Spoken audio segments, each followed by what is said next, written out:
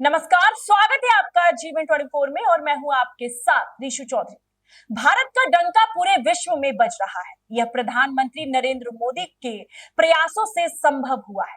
यह प्रयास तभी सफल हुआ जब आपने एनडीए के नेताओं को जिताकर दिल्ली भेज दिया। यह बातें सुपौल संसदीय सीट के जेडीयू प्रत्याशी दिलेश्वर कामेत के पक्ष में चुनावी सभा को संबोधित करते हुए बिहार के पूर्व मुख्यमंत्री जीतन राम मांझी ने कहा। सुपौल के बलुआ बाजार में आयोजित चुनावी सभा में जेडीयू के प्रत्याशी दिलेश्वर कामत के पक्ष में प्रचार करने आए जीतन राम मांझी ने कहा कि जितनी चिंता गरीबों की प्रधानमंत्री जी ने किया है, आज तक किसी भी प्रधानमंत्री ने नहीं की है। देश की अर्थव्यवस्था 5वें नंबर पर है। जल्द ही देश तीसरे नंबर की अर्थव्यवस्था पर पहुंच जाएगा। जब आप एनडीए प्रत्याशी को जिताएंगे, भारत हमेशा से शांति का पक्षधर रहा है। आज पूरा विश्व भारत की ओर देख रहा है।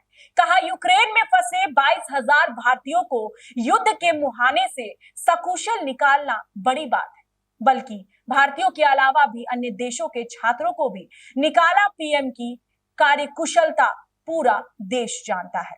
लोगों के बहकावे में नहीं आना है, फिर एक बार मोदी जी को पीएम बनाना है।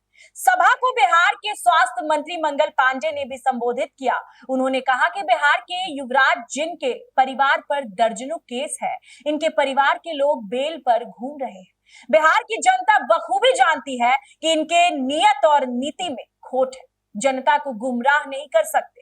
लोगों ने इन्हें रिजेक्ट कर दिया है। सत्ता तो नहीं, इनका ठिकाना जेल है। 7 मई को लोगों से वोट करने की अपील करते हुए उन्होंने कहा कि रिकॉर्ड संख्या में अपने उम्मीदवार को जीतना है।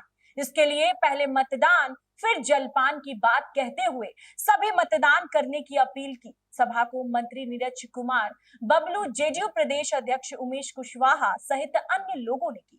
सभा की अध्यक्षता सुशील कर्ण ने व मंच संचालन प्रभात मिश्रा ने किया है। हम कहना चाहते हैं, प्रधानमंत्री जी ने भी इस बात की चर्चा की है कि एक तरफ डॉक्टर मनमोहन सिंह जी के समय में बातें आई थी तो उन्होंने कहा था, भारत के धन और भारत की धरती पर अगर सबसे पहला कब्जा है तो किसी पार्टिकुलर समाज के बारे में उन्होंने बात कही थी। ये देश तोड़ने की बात है, ये देश को बांटने की बात है, क्योंकि एक कौम का, एक संप्रदाय का ये देश नहीं है। ये देश अनेकों संप्रदाय का, अनेकों संस्कृति का, अनेक जातियों का, अनेकों समूह का है। इसीलिए हमारे यशस्वी प्रधानमंत्री जी ने अभी जो घोषणा पत्र जारी की है, उसमें आपने देखा है कि अगर यहाँ की धरती का या धन का कोई भी अधिकारी है तो वह गरीब है। गरीब किसी भी जात का हो सकता है, किसी भी धर्म का हो सकता है, किसी भी संप्रदाय का हो सकता है। जो गरीब है वही यहाँ का धन का और ये सब का उपयोग करने का अधिकारी है। पहला हक मतलब उसी का है। ये हमारे प्रधानमंत्री का सोच है, ये हमारे एनडीए का सोच है। इससे हमारा हिंदुस्तान आगे बढ़ेगा, इसकी सार्वभौमिकता क्षुण्ण रहेगी। और नहीं तो अलग अलग करके अगर हम सोचेंगे तो जिस प्रकार से लोगों ने पाकिस्तान को बनाया और बांग्लादेश को बनाया, उसका दंश आज हम लोग झेल रहे हैं।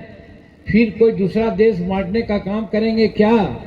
अगर ये लोग आ गए तो शायद यही करेंगे। इसलिए हम आगाह करना चाहते हैं, हम नहीं, प्रधानमंत्री जी आगाह करते हैं। उनकी बातों को हम कहना चाहते हैं कि हम हिंदुस्तान के लोग, भारत के लोग, हम आपस में लड़ेंगे। हम में बहुत तरह की विभिन्नताएं हैं, लेकिन जहां देशभक्ति का मामला आएगा वहां हिंदुस्तान, हर भारतीय एक है, एक रहेगा और एक तरह से काम करेगा। इस भावना को लेकर के हमको आगे बढ़ना है, तभी हम आगे बढ़ेंगे। और यही कारण है कि आपने देखा। अभी के लिए बस इतना ही। बिहार से जुड़ी ऐसी ही तमाम बड़ी खबरों को जानने के लिए आप बने रहिए हमारे साथ और देखते रहिए जीवन 24।